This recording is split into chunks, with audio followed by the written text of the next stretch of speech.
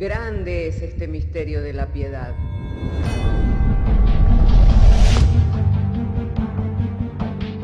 Si se destruyeran los fundamentos, ¿qué ha de hacer el justo? Porque con un solo sacrificio hizo perfecto para siempre a los santificados. Justificados por la fe, tenemos paz para con Dios. Juntamente con Él nos resucitó y nos hizo sentar en los lugares celestiales con Cristo Jesús. Fundados Y firmes en la fe, tenemos paz para con Dios. Bendito sea el nombre del Señor. Nos gozamos y nos alegramos en presencia del Señor, siendo que nos ha dado en su buena voluntad en este día poder venir delante de su presencia para alabar, para glorificar el nombre del Señor, así como también para oír y recibir el mensaje de su palabra. Por lo cual en esta mañana quiero invitarle, hermano amado, hermana amada, a que podamos abrir nuestras Biblias en el libro del profeta Jonás, para estar leyendo allí en el capítulo 4, verso 1. Y en el día de hoy quiero referirme a cuando somos cegados por el enojo.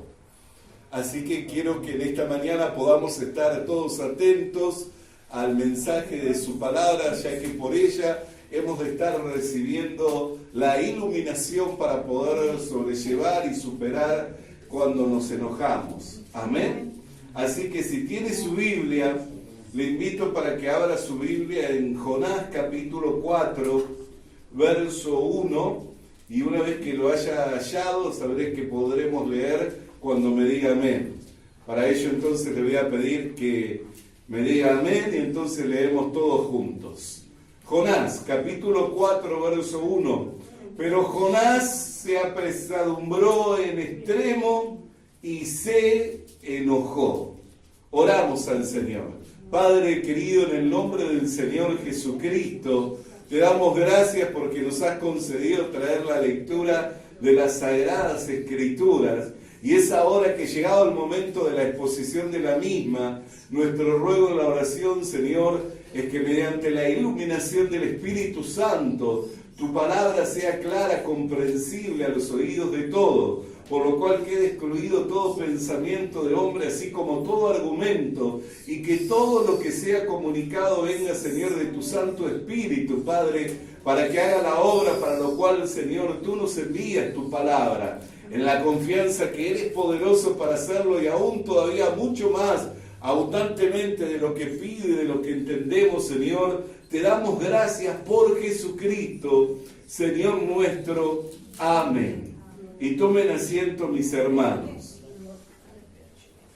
Alabado y bendecido sea el nombre del Señor. Cuando leemos el capítulo 4 de Jonás, en el verso 1, podemos darnos cuenta del estado de Jonás.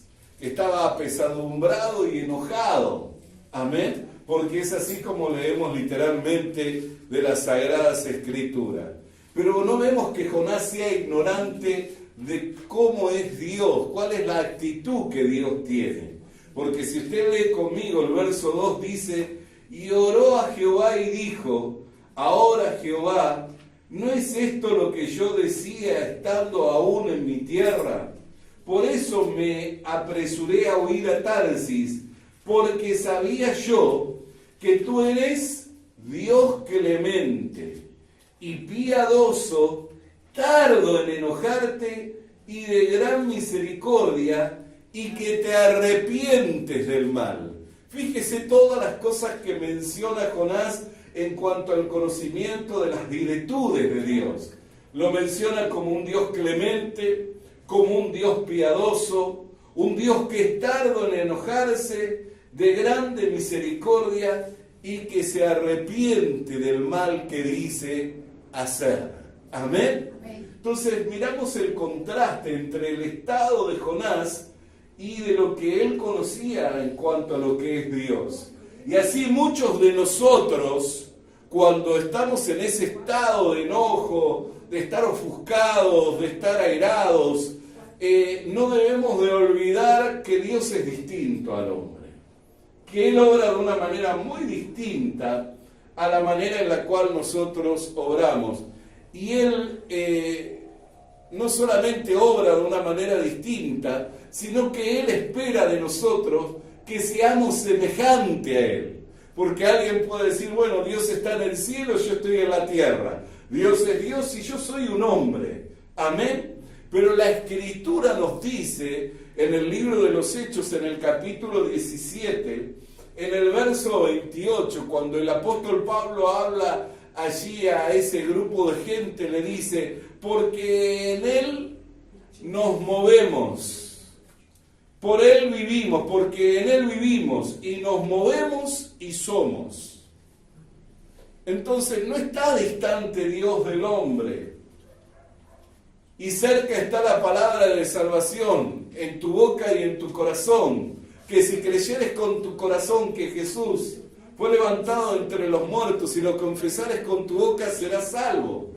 Así que no está distante Dios del hombre, ni el hombre está muy lejos para decir, tengo que ir al otro lado del mar para encontrarme con Dios, o tengo que ir a la montaña para encontrarme con Dios. Tan solo tiene que creer en Jesucristo como su Señor y Salvador y confesarlo con su boca para poder entrar en una relación de paz con Dios, para poder convertirse en un hijo de Dios y para poder ser provisto de la capacidad de poder vivir una vida agradable delante de Dios. Así que el conocimiento que Jonás tenía marcaba el contraste tremendo de entre su estado y de lo que Dios es. Y hoy, por el conocimiento que Jonás nos trae en cuanto a lo que es Dios, podemos afirmar que Dios es clemente, que Dios es piadoso, que Dios es tardo para enojarse, que Él se arrepiente del mal, que no desea el mal para el hombre, sino por el contrario, todos sus pensamientos son buenos, todos sus pensamientos son de paz en cuanto para el hombre. Amén. Ahora lo que el hombre tiene que hacer es llevar su estado a la semejanza de lo que es Dios, para que como Dios es y se manifestó por medio de Jesucristo dándose a conocer, así pueda llegar a ser el hombre, así pueda llegar a ser usted y así podamos llegar a ser nosotros. El apóstol Pablo, ya más aquí en la carta a los Efesios, le habla a la iglesia en Éfeso y le dice, porque hechura somos suya somos, creados en Cristo. Así que no es que Dios está distante allá en el cielo, nosotros somos hombres, estamos separados. Cierto que estábamos separados por el pecado, pero podemos reconciliarnos por medio de la fe en Jesucristo. Y podemos llegar a cumplir el propósito del que se había cumplido, el propósito de su voluntad en nosotros. Al haber sido creados en Cristo, al hacer hechura suya, fuimos creados para buenas obras. Amén. Entonces, por Él vivimos, en Él somos, en Él nos movemos. Dice la Escritura que somos hechura suya, creados en Cristo Jesús para buenas obras. Es fácil justificarse y decirse Dios es Dios y yo soy hombre. Es fácil justificarse yo soy así y que me acepten así. Eso es una actitud de facilismo, es una actitud de resignación en algunos que pelearon y batallaron con sus fuerzas y no lograron superar y cambiar su carácter y ser moldeados a la imagen de Cristo. Y para otros es una posición de comodidad, es una posición de facilismo, en decir, bueno, que si me quieren me acepten así. No se trata de eso, amén, porque de todo lo que nosotros hagamos tendremos que rendirle cuentas a Dios, ya sea como hayamos vivido. Si hemos hecho las cosas bien o hemos hecho las cosas mal, un día todos compareceremos en el tribunal de Cristo y habremos de rendir cuenta por todo lo que hayamos hecho. Y allí no voy a poder excusarme diciendo, bueno, tú eras Dios y yo era hombre y yo era así y me debían aceptar. ¿Por qué? Porque Él me va a decir que en Él vivimos, en Él somos y en Él nos movemos. Él me va a decir, eras hechura mía, eras creado en Cristo Jesús para buenas obras, así que no puedes justificarte. Yo te hice para vivir una vida de excelencia, una vida en donde puedas manifestar mis virtudes, mis atributos. Yo te hice para que por medio tuyo sea dado a conocer mi amor, mi paciencia, mi benignidad, mi bondad, mi templanza, mi mansedumbre, mi dominio propio, mi fe, mi paz. Todas las virtudes que yo tengo las quería manifestar en ti. Pero tú no querías dejarte moldear, tú no querías dejarte formar, te excusabas diciendo que eras de esa forma, que tenían que aceptarte así, pero nunca tomaste decisión de cambio. Nunca decidiste entregar verdaderamente tu vida en mis manos para que yo te moldeara y te formara a la imagen de mi Hijo Jesucristo, habiéndote dado en Él ejemplo y modelo de vida. Amén. Entonces, ¿por qué hablamos de esto? Porque alguien puede tener todo el conocimiento de las virtudes de Cristo y tener una actitud totalmente distinta. ¿O no le ha pasado eso? ¿No le pasa eso? Que sabe que Dios es amor y usted dice, no, pero no le puedo amar. Que sabe que Dios es paciencia, benignidad, es templanza, es mansedumbre, dominio propio, y usted no tiene paciencia con nadie, no tiene mansedumbre con nadie, enseguida quiere que se haga su voluntad, enseguida quiere enjuiciar, enseguida quiere ver que se cumpla su capricho, pero no es clemente, no es piadoso, no es paciente, no es tardo para enojarse. Amén. Y entonces, ¿qué hace? Muestra todo un contraste distinto entre lo que es Dios y lo que es el hombre.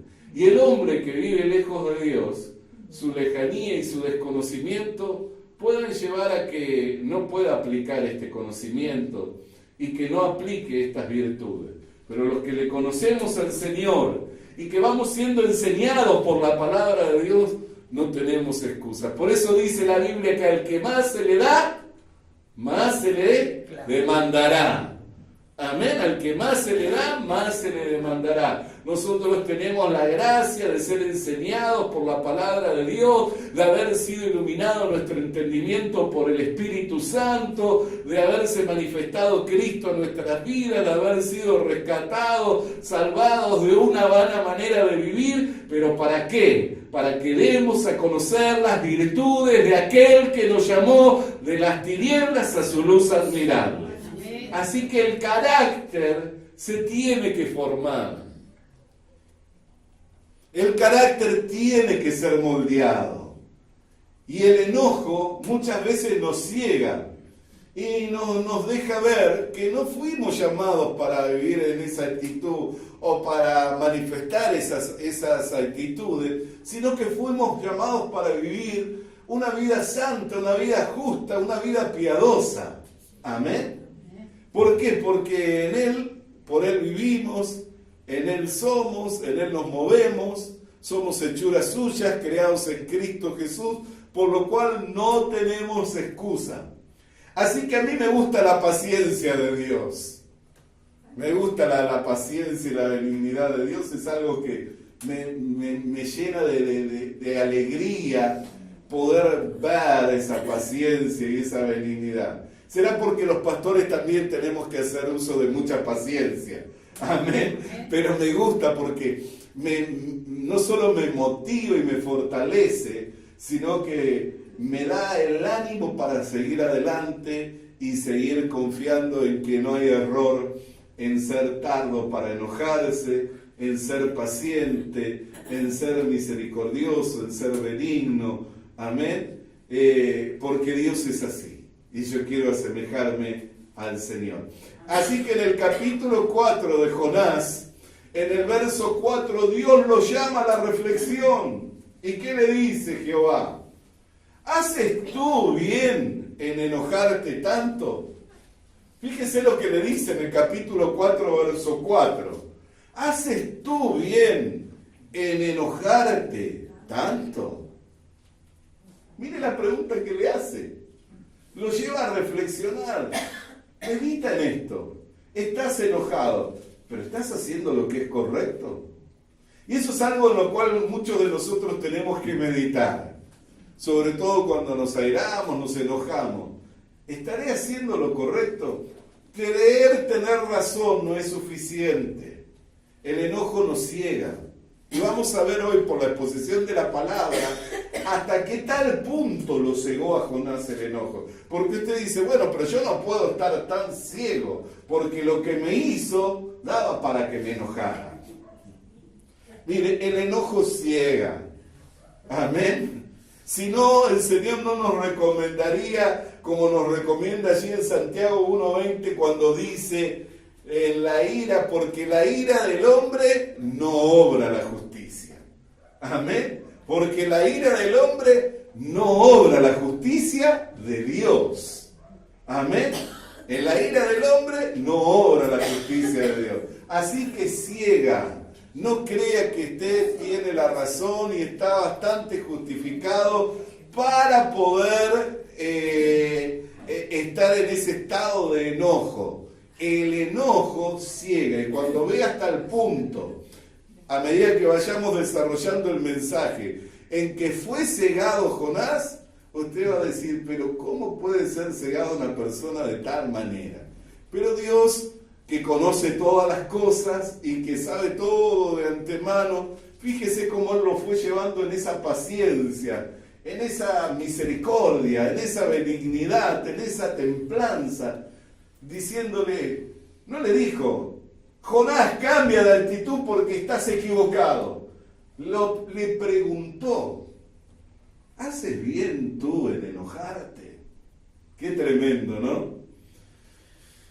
La Biblia dice en Efesios capítulo 4, verso 26, traído a la iglesia, porque ya las cartas del Nuevo Testamento son dadas para la iglesia. Porque alguien puede decir, bueno, esto es Jonás, tiene que ver con el antiguo pacto, pero vamos a lo que es consejo de Dios, sabiduría de Dios para la iglesia, lo que es doctrina para la iglesia. Amén. Y Efesios 4:26 dice, airaos, pero no pequéis. No se ponga el sol sobre vuestro enojo. Y el verso 27 es un verso corto, pero qué tremendo es. Ni deis lugar al diablo. Airaos, pero no pequéis. No se ponga el sol sobre vuestro enojo. Quiere decir que yo tengo 24 horas o 12 horas, porque el día tiene 24, pero sabemos que el sol no se pone a las 12 de la noche. Amén. En estos tiempos se está poniendo 6:30 de la tarde, 7 ya. Así que tengo el día para solucionar mi estado, para cambiar mi estado. No puedo vivir enojado. Hermano, es triste, pero hay familias que se han distanciado de tal manera. Familia, no estoy hablando extraño, familia, padres con hijos, esposo con esposa, hermanos, que se han distanciado de tal manera que por un enojo de una discusión, de un día que ya capaz que ni se acuerdan de qué día era ni qué hora, pero por ese enojo se dejaron de hablar por años. No tiene ningún aspecto, yo no digo de llamar todos los días, pero no tienen perdieron todo afecto, toda sensibilidad, todo deseo de por lo menos saber. Y usted dice, ¿puede pasar eso? Pasa. Que por un enojo, por una discusión de un día, por años. Y usted dice, eran familia, son familia. Porque familia no se deja de ser por un enojo, ¿no es cierto? Porque alguien esté enojado, no dejo de ser. Si yo me enojo con Mauro, porque me enoje con Mauro, no deja de ser mi hijo. Va a ser siempre mi hijo. Y si Mauro se enoja conmigo, porque se enoje conmigo, no voy a dejar de ser su padre. Voy a ser siempre su padre. No podemos dejar de ser familia. Y usted dice, y eso pasa. Y es muy triste que pase. Por eso dice la Biblia, no se ponga el sol sobre vuestro enojo y ni deis lugar al diablo. ¿Por qué? Porque cuando eso sucede, el diablo se hace una panzada. Y a veces hasta los mismos cristianos que reprenden al diablo en la iglesia se dejan engañar por el mismo diablo en una discusión. Hasta los mismos cristianos que vienen y digan: en el nombre de Jesús, Satanás, te reprendo. Después discutieron con algo y en una discusión ya los engañó el diablo. Ya está. Lo pongo en el freezer, no le hablo más. Lo pongo ahí hasta dentro de 6 meses, que es tiempo de caducidad, ¿vio? Porque hasta en el freezer las cosas caducan. Hasta dentro de 6 meses no lo saco. Amén. Y si lo saco, si se cambia de actitud y me pide perdón. Hermanos, el enojo ciega. Nunca vamos a sacar nada provechoso del enojo. Y cuando nosotros mantenemos esa actitud, no estamos haciendo otra cosa que darle lugar al diablo. Y usted puede venir y reprender al diablo aquí y echar fuera a los demonios, pero por esa actitud le abrió la puerta ancha. La puerta amplia le abrió. Amén. Por eso el Señor dice que de la manera en que fuimos perdonados en Cristo, así también debemos perdonarnos. Y a mí me gusta meditar en esto. ¿Cómo es que fui perdonado en Cristo? ¿Yo le pedí perdón a Él o Él le dio su vida por mí en la cruz del Calvario? Cuando yo pequé y desobedecí a Dios y transgredí la ley de Dios y por ello me hice reo de muerte, merecedor de la condenación eterna, ¿ya Cristo estaba destinado desde antes de la fundación del mundo como ese cordero inmolado para que venir y redimirme? Así que Dios tenía el pensamiento de perdonarnos y de santificarnos y de redimirnos y de purificarnos con la preciosa sangre de Cristo antes que viniéramos al mundo y hiciéramos el mal o el bien. Antes que nos formáramos siquiera en el vientre de nuestra madre, ya Cristo estaba preparado para venir a este mundo. Por eso el profeta Juan el Bautista dijo: he aquí el cordero inmolado que quita el pecado del mundo. Y en otra parte dice el apóstol que fue inmolado desde antes de la fundación del mundo. Amén. Entonces, qué tremendo, cuando yo pienso en la manera en que Dios me perdonó, me doy cuenta que todavía no había transgredido, no me había hecho culpable, pero ya tenía destinado al que me iba a redimir. Mire la actitud de Dios. Y cuando era enemigo de Dios en la mente, a su tiempo envió a su Hijo a morir por mí. No es que tomé yo la iniciativa, Él me amó primero. Entonces no espere la iniciativa de otro para solucionar esta situación y cambiar este estado que no le lleva a ningún beneficio espiritual. Y su vida espiritual es tanto o más valiosa que la vida natural, porque lo que es del polvo, al polvo va a volver, pero el alma y el espíritu proceden de Dios y son eternos. Y a veces tenemos más cuidado de la salud física que de la salud espiritual. A veces estamos más pendientes de la presión arterial que de esos estados que lo único que nos llevan es a perder la gracia, a perder la bendición y a perder un montón de cosas valiosas que Dios ha dado por medio de la comunión. Por medio de la comunión, porque Dios no hizo al hombre para vivir solo.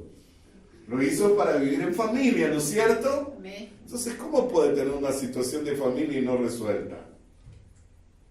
¿Y quién tiene que tomar la iniciativa? ¿El que no conoce nada de Dios o usted que está siendo exhortado?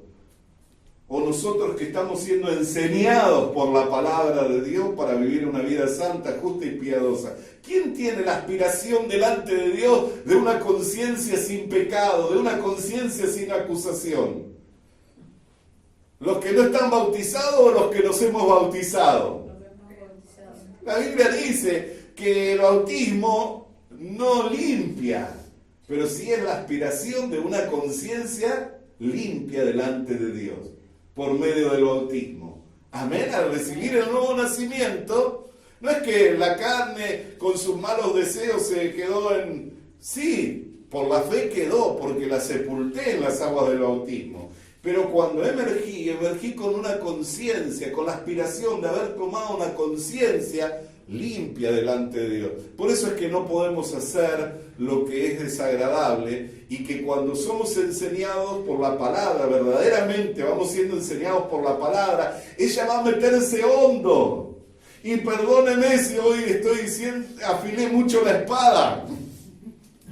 Perdóneme si afilé mucho la espada, pero ese es su beneficio, ese es mi beneficio. Yo sé que la espada está afilada, pero ese es nuestro beneficio. ¿Por qué? Porque no puedo reprender al diablo acá en la iglesia y después abrirle la puerta ancha en mi casa por una situación que no resolví, por un enojo que no fue tratado en el día. Si no lo trató en el día, hoy es el día del Señor agradable. Amén. Amén. Alabado y bendecido sea el nombre del Señor. ¿Por qué? Porque los estados se van agravando. Vio que leímos en el capítulo 4, verso 1, que le decía Jonás que estaba apesadumbrado y enojado. Pero lea el versículo 9 del capítulo 4 y va a ver el estado al cual llegó. En el capítulo 4, en el verso 9, entonces dijo Dios a Jonás: ¿tanto te enojas por la calabacera? Y él respondió: mucho me enojo. ¿Hasta dónde? Hasta la muerte. Él quería llevar su enojo hasta la muerte. Él quería llevar su enojo hasta la muerte.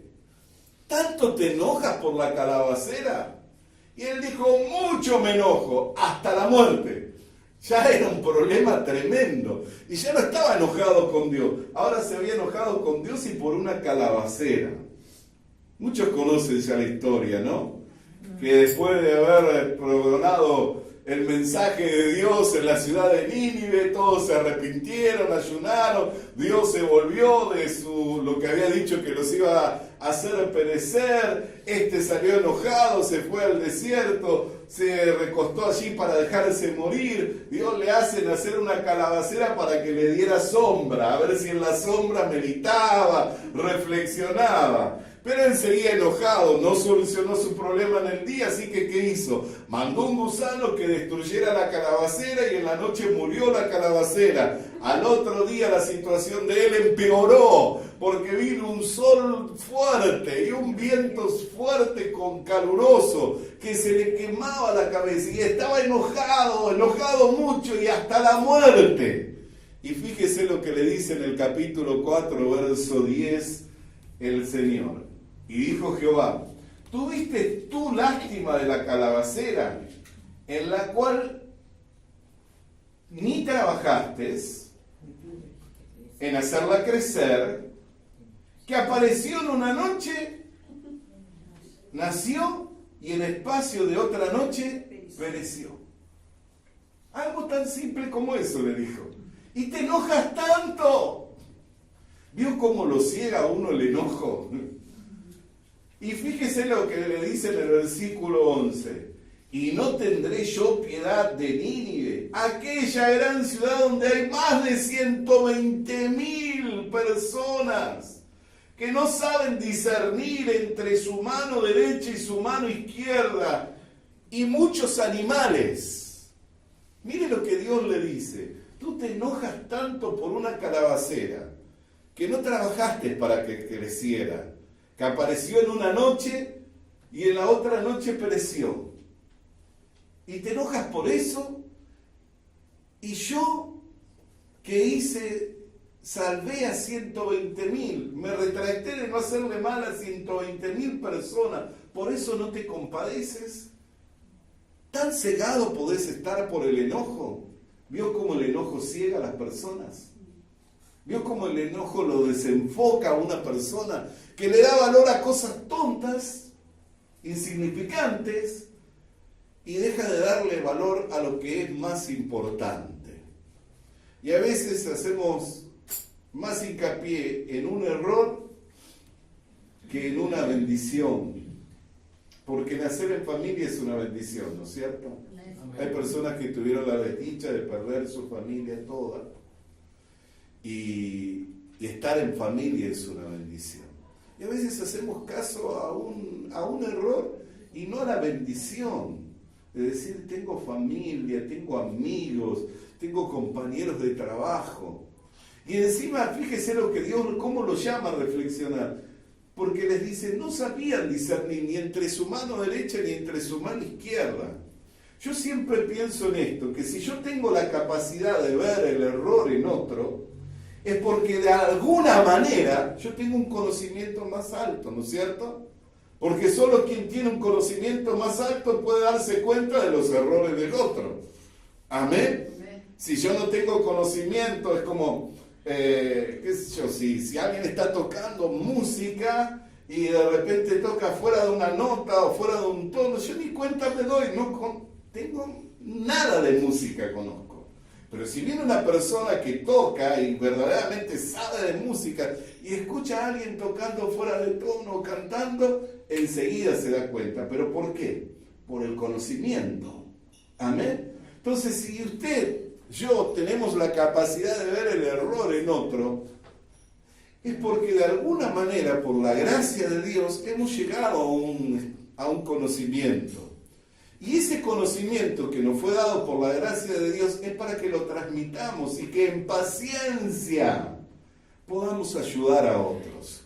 No para que nos enojemos porque no hicieron las cosas como esperábamos.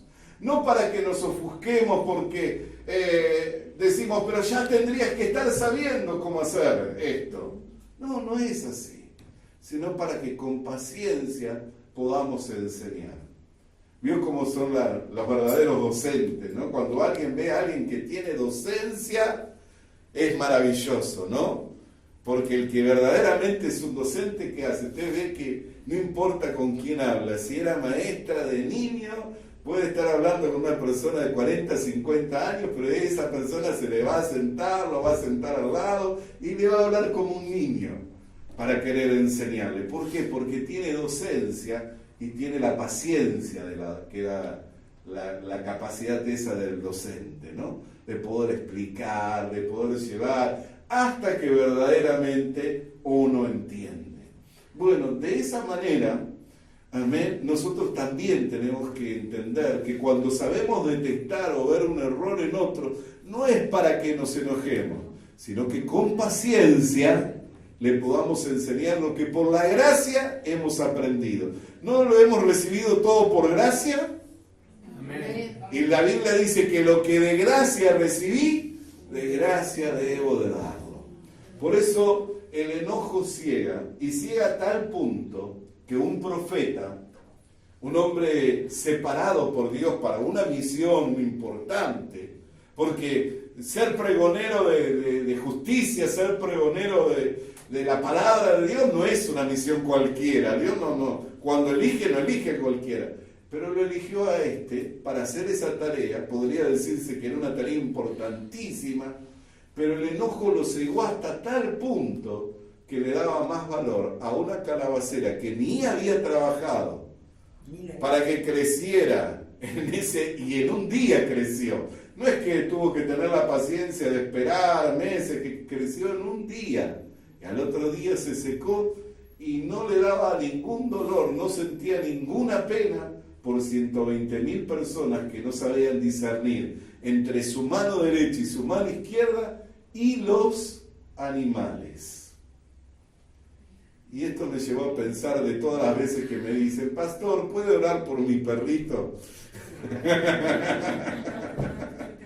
Y yo siempre pensaba y decía, ¿será que Dios se ocupa también de los animales? Yo veo cómo es, uno tiene que orar, bendecirlo, pero también Dios piensa en los animales, me di cuenta por este pasaje, amén. Este pasaje y muchos otros, y muchos que son bicheros y les gusta me dicen, sí, Dios piensa, yo sé que sí, amén. Pero este pasaje dice que Dios pensó en esas 120.000 personas y también en los animales. Entonces, cuán importante también el buen cuidado de las mascotas, el buen cuidado de los animales, ¿no es cierto? Porque Dios también piensa en ellos. Amén. Hermanos amados, amados del Señor, que esta palabra nos haya servido para reflexionar, que haya llegado como llegó a Jonás para meditar. ¿Haces bien tú en estar tan enojado? Y que yo pueda pensar hoy, hago bien en tener este enojo y de seguir manteniendo este enojo al pasar del tiempo y no solucionarlo. ¿Y cuándo es el día para solucionarlo? Hoy es el día, no se ponga el sol sobre vuestro enojo. ¿Podré dar un paso hoy? Seguro. ¿Cuánto hace que tal vez que no oro por esa persona con la que estoy tan enojado? Y hoy puede ser el paso para comenzar delante de Dios diciendo, primeramente, si hay razón para estar enojado, perdonarle. Como Dios nos perdonó en Cristo. Amén. No hace falta que tome la iniciativa la persona. Perdónele delante de Dios. Y Dios después le va a ir dando las oportunidades para que pueda solucionar y para que pueda enmendar y que pueda construir y recuperar tiempo perdido. Porque muchas veces es tiempo que se perdió. Y para que pueda construir una relación de la cual el día de mañana lo pueda verse glorificado el Señor. Porque cuando las relaciones se rompen, se terminan dañando y después se restauran, uno no puede hacer otra cosa sino que glorificarlo a Dios. Que glorificarlo a Dios. Así que tomemos la iniciativa y en esta mañana vamos a dar pasos para restaurar relaciones, para no seguir cegados por el enojo y perdonemos delante del Señor.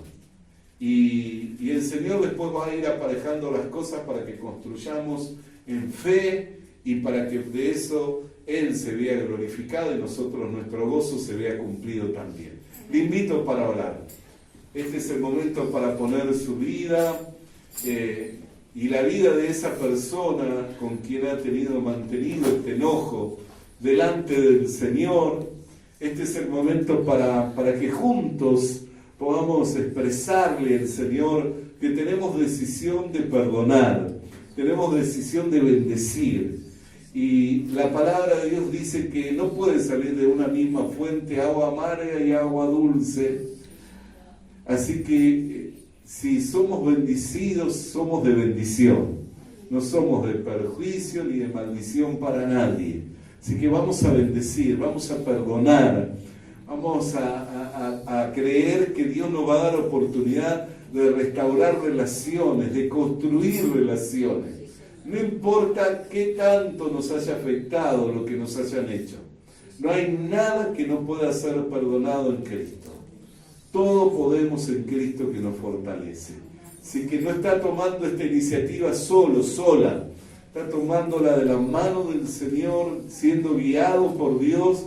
Así que si Dios le está guiando a hacer esto, Él le guía para su beneficio, le guía para su progreso, le guía para su bienestar. Así que oremos al Señor. Padre querido, en el nombre de Jesús, hoy soltamos perdón, hoy soltamos bendición sobre los que nos han herido, sobre los que nos han lastimado, los que nos han injuriado, los que nos han causado perjuicios, daños, pérdida, dolor, sufrimiento. Soltamos perdón, soltamos bendición sobre sus vidas, porque tomamos tu dirección para nosotros.